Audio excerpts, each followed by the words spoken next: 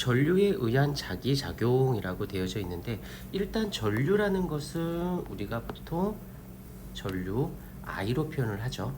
그 다음에 자기작용이라는 말은, 자기라는 말의 뜻은 자석이라고 생각해 주셔야 돼요. 자석. 그래서 전기랑 자석하고의 관계를 따지겠다는 게 이 단원의 주요 포인트가 되는데, 일단 여기서 전류를 먼저 하지 않고 자석의 자기장이라는 말, 먼저 자기장 공식 명칭은 근데 조금 헷갈릴 수 있어. 자기장은 장이 뭐냐면 운동장, 체력장 하는 공간적 개념이에요. 그러니까 자석이 공간이라고 해서 자기력, 힘이 작용하는 공간을 얘기합니다.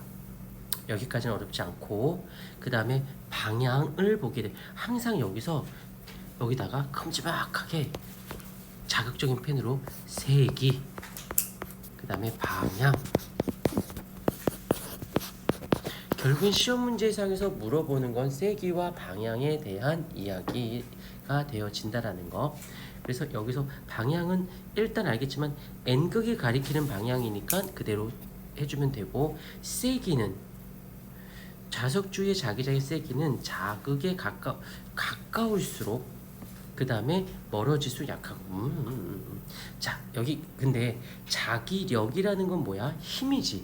근데 힘은 눈에 보이지 않아요. 그래서 힘을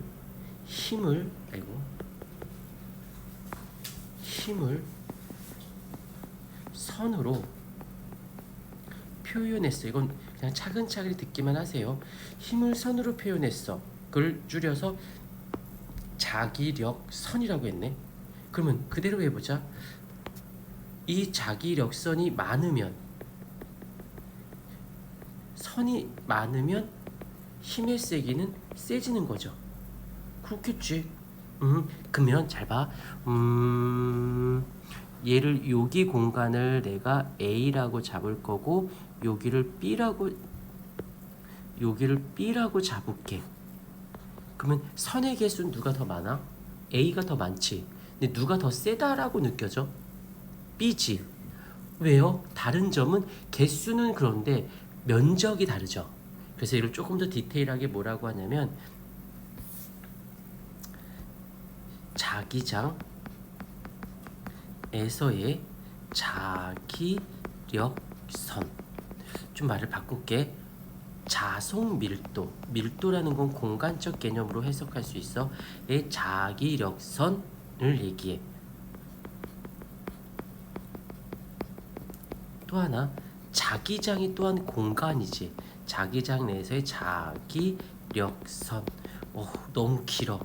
얘를 자속 밀도.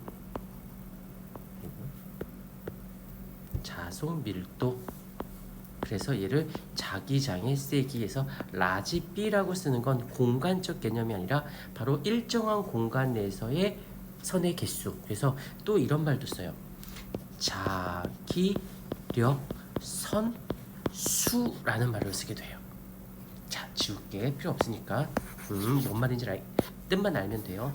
자, 그 다음에 걸 볼게요. 전류에 의한 자기장이라고 되어 있는데, 이거를 풀어볼 테니까 보세요. 도선에 전류가 흘러요. 그러면 도선이 자석이 됩니다. 이 말을 줄여서 전류에 의한 자기장 IIB로 정의합니다. 그러면 전류에 의한 자기장이라는 건, 중요한 건 전류야 자기장이야 자석이야 라고 했을 때, 전류를 주면 그 전기줄은 자석이 되는 거야. 이해가 되었을까? 이걸 어떻게 알았을까? 알려고 했던 게 아니라 철가루들이 이렇게 있는데 전기줄이 그 사이에 있었어. 아무 생각 없이.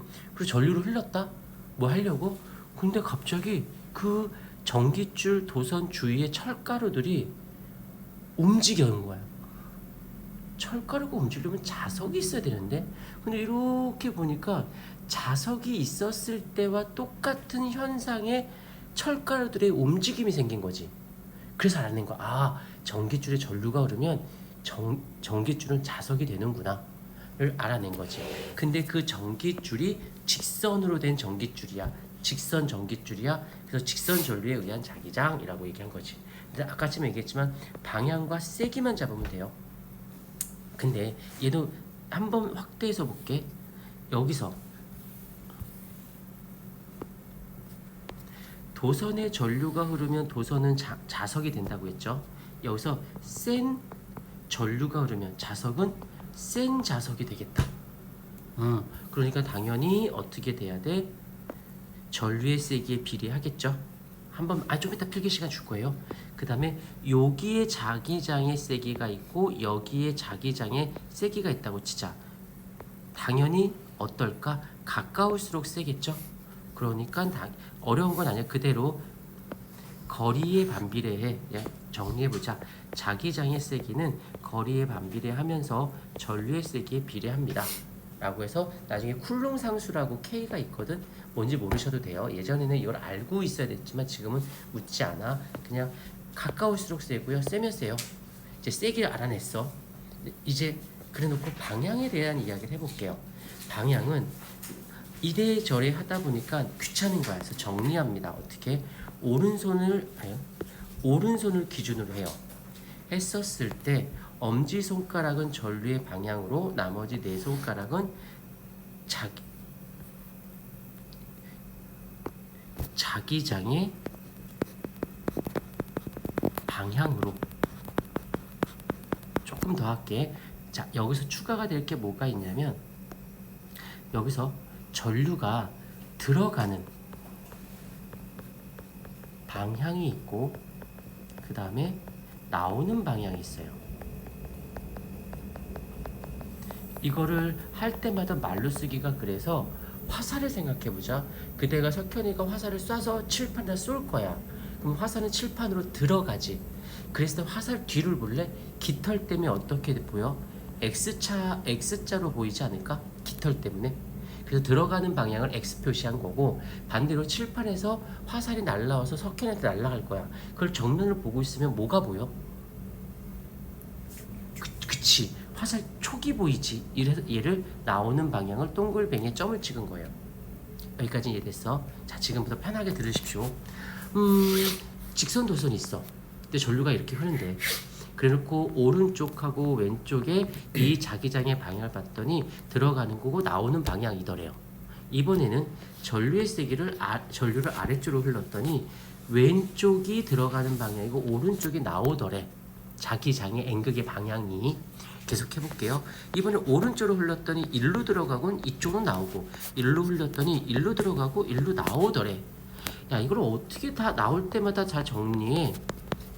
이러지 말고 규칙성을 잡아보자. 어떻게? 오른손을 기준으로 했을 때 엄지손가락을 전류로, 나머지 네 손가락은 자기장의 방향으로. 자, 이제 확대해볼게. 이 영상 끊고